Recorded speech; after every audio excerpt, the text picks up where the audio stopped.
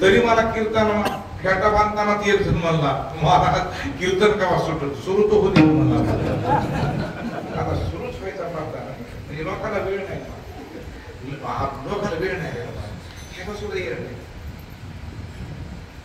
त्या पंक्तीचे भोजन फक्त सत्तेमुळे त्याला आता लोकांना पंक्तीला चपात्या वाढू सर भात खाऊन टाकायचे ही चित्र कार्यक्रम आणि सगळं बदला बदली करून टाकली आता तर ती बी बदललंय आता पंक्तीत बदलून टाकली आता मस्त पैकी आता लाड घेणे आणि भीक मागणे चपाती वाडा शुद्ध भिकार छोटाचं लक्ष नाही पण नाव नाही भारी त्याला बापरे नाव नाही भारी बापरे काय बाबे हे सुधारणा आपले आता सुधारले बिचारे 50% सुधारले आता तर पायात कुठं घालून द्यावायचं अजून 20 वर्षानंतर हे बुटात भात घेऊन खाली 100% काही नाही फक्त महाराज यांची भाषा आणि कपडे सुधारले बाकी काही सुधारलं कपडे भारी महाराज आपल्याला आजकाल इस्त्री सुद्धा नसते पंडित बाबा आपल्याला पैसे नाही तर आणायचे कुठून आपण पण आजकाल कपडे इस्त्रीचे कपडे महाग लाखाने लपडे पण कपडे पाहिजे आणि वारकरी आम्ही कपड्यामध्ये साधे आम्ही राहणीमान कसे आमचं साधं आहे पण विचार मात्र संप्रदायाचे उच्च कोटीचे विडाला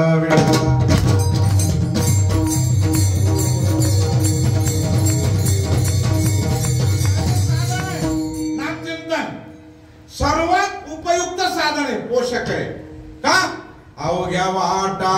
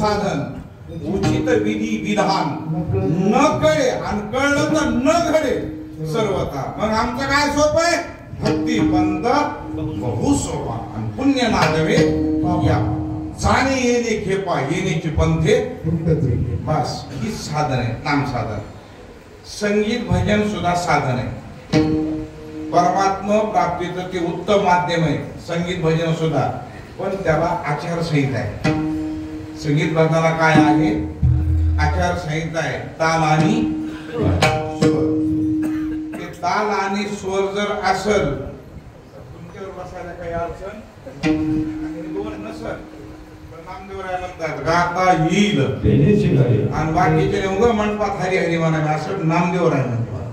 कारण तुमच्या भजनाला आनंद केव्हा मिळत तर स्वराची साथ मिळाली. त्यांनी चांगल्या चांगल्या जागा काढल्या, तुम्ही चांगल्या चांगल्या टुकड्यामध्ये टाकले. त्यांनी जागा तर काढावं लागते ना का नाही. बरं त्यांनी काढलेल्या जागा जी लोक जागे त्यांना दिसतात ही विशेष कोणाला जागा दिसत नाही.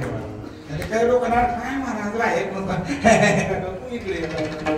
तुम्ही ह्या कर तुला पैसे म्हणजे स्वरात कर नाही ह्या करा काय लागलं कुठे आपलं नानगटे ताड बसलं म्हणा आपलं तुमचं सगळं वळी म्हणावून बांधकाम असतंय.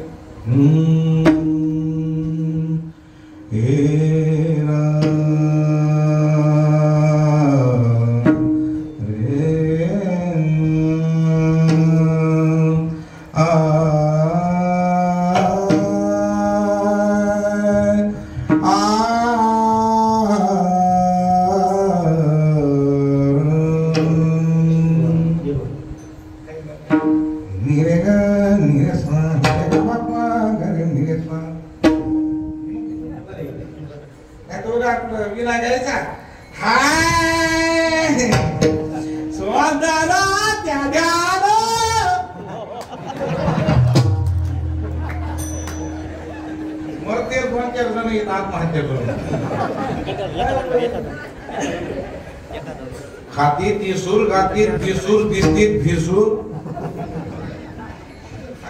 भजनामध्ये आनंद तेव्हाच मिळेल ताल आणि स्वर असेल तर. लावणी मृदुंग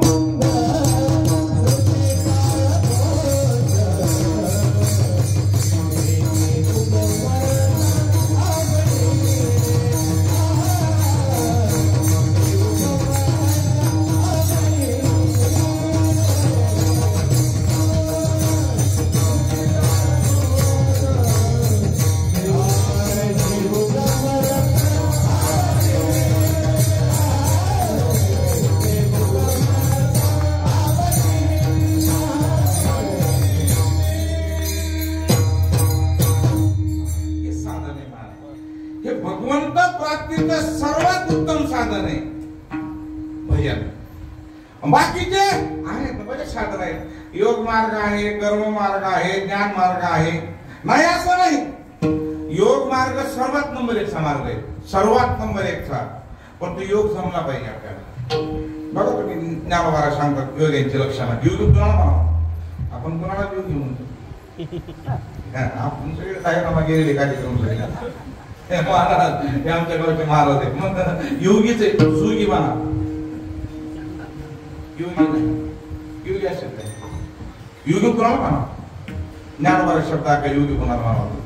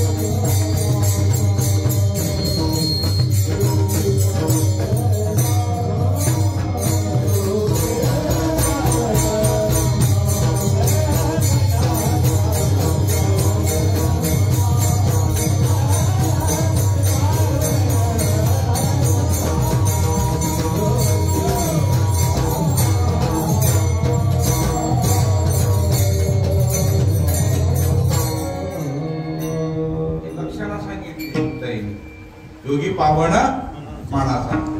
बरं, ज्ञानोबा तुमचं काय मत योगाबद्दल? भगवंताचे शब्द ऐका अगोदर. भगवान म्हणतात अर्जुना योगीच त्याला म्हणायचं. त्याला इथं जागेवर बसून 7 समुद्राच्या पलीकडलं दिसतं. त्याला इथं जागेवर बसून स्वर्गात काय चाललं ते कळतं. एवढंच नाही, इथं जाग्यावर बसून त्याला मुंगीच्या मनातलं कळतं. त्याला काय म्हणायचं? योगी. समुद्रा पहिली कडील देखे, स्वर्गाचा आलोचू ऐके, मुंगीचीही ओळखे मनोगत. माऊली म्हणतात इथं बसून त्याला 7 समुद्राच्या पलीकडलं दिसतं काय चाललंय ते. स्वर्गात काय चाललंय हे त्याला कळतं. एवढंच नाही, मुंगीच्या मनात काय आहे ज्याला कळतं त्याला काय म्हणायचं? योगी. मग महाराज योगी आपल्याला होता येत नाही का? हो, 100%, काही समस्या नाही. पण ते योग मार्गातला प्रवास असा आहे, तहानी लिया तहानची पियावी आणि भुकी लिया भुकेची खावी. हे जमत असलं तर ते प्रवास करा. आणि हे जमत नसल कारण एका जागेवर 12 वर्ष बसायचं. एका जागेवर 2 वर्ष 12 वर्ष जमतलं बघा, त्याची अडचण नाही. 12 वर्षामध्ये पद्मासन टाकून बसायचं. आपल्या दोन्ही भुवयाच्या आतमध्ये भ्रुकुटी म्हणतात त्याला, भ्रुकुटी. या भ्रुकुटीमध्ये कारण 72,000 नाड्या आपल्या शरीरामध्ये कार्यरत आहेत. त्याच्यापैकी सगळ्या अधोवाहिनी आहेत. एकच नाडी ऊर्ध्ववाहिनी, ही वरी वाहिनी. मग इथं 12 वर्ष प्रारंभ झाल्यानंतर पोलिओ ट्रिपल डोस पेक्षा लाख पटीनं सूक्ष्म पाण्याचा थेंब तयार असतो इथे.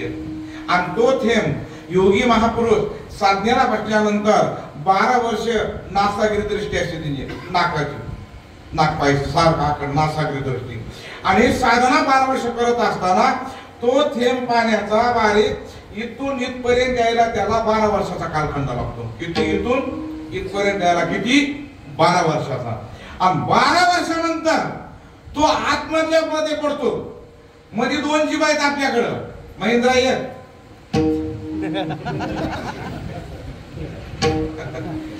एक मध्ये एक पडजीव आहे. त्या पडजीवर पडतो तो थेंब. आणि ते पडल्यानंतर तो पोटामध्ये जातो आणि त्या सूक्ष्म थेंबावर त्याचं नावच आंघोळतंय. त्याच्यावर योगी 12 वर्ष त्याला भूक लागत नाही, तहान लागत नाही. हे जमत असतं तर आपल्याला एक एखादं धरणं आणि प्राण देणं सारखं होईल. आपल्याला हे एवढं आपल्याच्यानं होणं.